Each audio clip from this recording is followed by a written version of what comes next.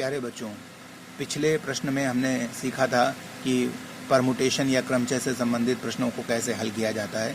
उसी श्रृंखला में एक प्रश्न यहाँ पर आगे हल करते हैं।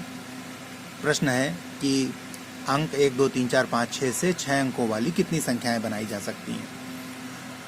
6 ही अंक हैं और 6 ही अंकों की संख्या बनानी है, यानी हमें पूरे 6 के 6 अंक एक बार में लेने हैं। NPR के अनुसार यहाँ पर सूत्र आपको मैंने पिछले वीडियो में बताया था कि n में से अगर r वस्तु में एक बार में लेनी हो तो उसके क्रमचय बनते हैं NPR, और NPR का सूत्र होता है factorial n upon factorial n minus r। इसी के अनुसार यहाँ पर 6p6 लिख देंगे बराबर factorial 6 upon factorial 6 minus 6। Factorial 6 हो गया, फैक्टोरियल 6 माइनस 6 हो गया फैक्टोरियल 0। फैक्टोरियल 0 का मान आपको बताया था मैंने 1 होता है। फैक्टोरियल 6 का मान कैसे निकालेंगे, इसको घटाते चले जाएंगे प्राकृतिक संख्याओं को जब तक कि सबसे छोटी प्राकृतिक संख्या 1 ना प्राप्त हो जाए। तो 6, 5, 4, 3, 2, 1/1 इसको हल कर लेंगे, सबका गुणा कर देंगे और मान आ जाएगा 720। यानी कि 1, 2, 3, 4, 5, 6 से मिलकर हम 720 प्रकार की भिन्न संख्याएं बना पाएंगे। और एक प्रश्न देखते हैं। अगला प्रश्न है 0, 1, 2, 3, 4 से 5 अंकों की अर्थपूर्ण अंकों की कितनी विषम संख्याएं बनाई जा सकती हैं जबकि कोई अंक दोबारा ना आए। तो इसको हम हल करें अगर, तो इसके लिए जो बहुत एक बेसिक लेवल है, हम लोग वहाँ से इसको हल करके देखते हैं कि क्या होता है। प्रश्न है कि 5 अर्थपूर्ण अंकों की, अर्थपूर्ण अंक क्यों बोल रहे हैं, क्योंकि अगर 0 पहले लगा देंगे आप यहाँ पर तो जो अंक संख्या बनेगी वो 5 अंकों की नहीं रह जाएगी, वो 4 अंकों की रह जाएगी।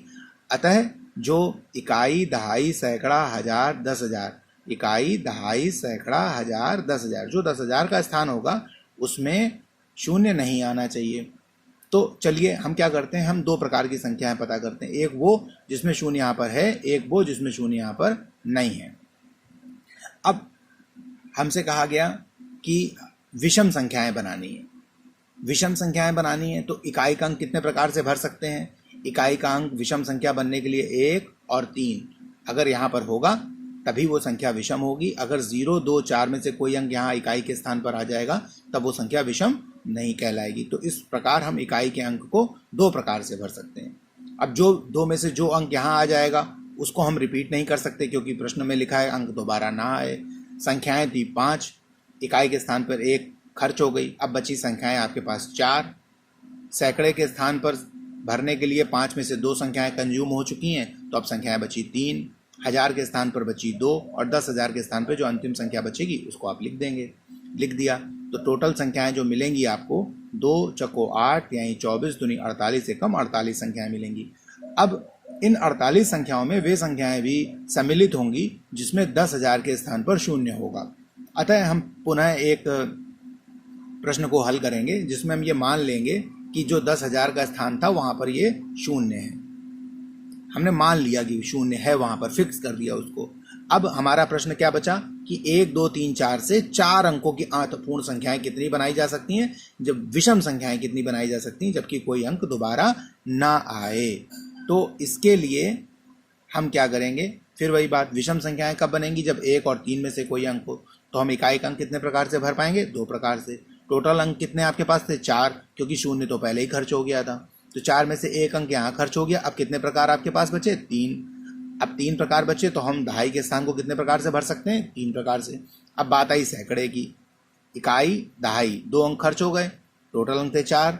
तो अब 2 अंक बचे तो सैकड़े को हमने दो प्रकार से भर दिया। और फिर जब 2 अंक खर्च हो चुके, 3 अंक खर्च हो चुके हैं, 4 में से 1 ही अंक बचा, तो 1000 के स्थान को भरने के लिए हमारे पास जो होगा उसी को हम यहाँ पर लिख देंगे। अब 10,000 का स्थान तो फिक्स हमने कर दिया था कि 0 जो होगा वो 10,000 के स्थान पर होगा, तभी 5 अंकों की अर्थपूर्ण संख्याएं बना पाएंगे। तो जैसे यहाँ पर हमने इनकी गणना की थी वैसे गणना यहाँ पे भी करेंगे कि 2 तिहाई 6, 6 दूनी 12, 12 एकम 12। तो 12 संख्याएं वे हो जाएंगी जिनमें 10,000 के स्थान पर 0 होगा। कुल संख्याएं 48 बनी, जिनमें ऐसी संख्याएं जिसमें 10,000 के स्थान पर 12 होगा उन्हें घटा देंगे, बचेंगी संख्याएं 36। तो 5 अंकों की ऐसी संख्याएं जो अर्थपूर्ण हो, यानी कि जो 10,000 का स्थान हो वहाँ 0 ना हो और विषम हो, ऐसी संख्याएं कितनी होंगी, 36। यही हमारा अभीष्ट उत्तर हो गया। एक और प्रश्न देखते हैं। कानपुर के अक्षरों से भिन्न क्रमों के कितने शब्द बन सकते हैं। कानपुर में 1 2 3 4 5 6 अक्षर हैं और सारे अक्षर भिन्न हैं। कोई भी अक्षर यहाँ पर रिपीट नहीं हो रहा है, दोबारा नहीं आ रहा है। तो 6 अक्षर हैं और 6 अक्षर में से 6 एक साथ लेने हैं। तो कितने बनेंगे? वही जैसे ऊपर वाले सवाल में बताया था वही यहाँ पर भी हो जाएगा। जैसे इसको हल किया था वैसे इसको भी हल कर लेंगे। यहाँ पे भी 720 आया था, यहाँ पे भी 720 आ जाएगा। अंतर इतना है कि ये संख्याएं थी और यहाँ पर शब्द बन रहे हैं। आप जानते हैं जैसे अगर हम 1 2 3 लिखते हैं तो 1 2 3 भिन्न संख्या होती है, 3 2 1 अक्षर अंक भले ही वही हों लेकिन संख्या 321 और 123 में बड़ा अंतर होता है। उसी प्रकार से KAN कान हो जाएगा, जबकि NAK जो है वो नाक हो जाएगा। तो अक्षरों का विन्यास बदलने से या अंकों का विन्यास बदलने से उस संख्या या शब्द का अर्थ भी बदल जाता है। अतः ये गिनती में अलग प्रकार से गिने जाएंगे, इसीलिए ये क्रमचय में आते हैं। अगर यहाँ पर अंकों के परस्पर बदलने का कोई अर्थ ना हो तब ये संचय में आएंगे। आशा करता हूँ कि उपरोक्त तीनों प्रश्न आपके समझ में आ गए होंगे। आगे फिर कुछ नए प्रकार के प्रश्नों के साथ भेंट होगी। तब तक के लिए धन्यवाद।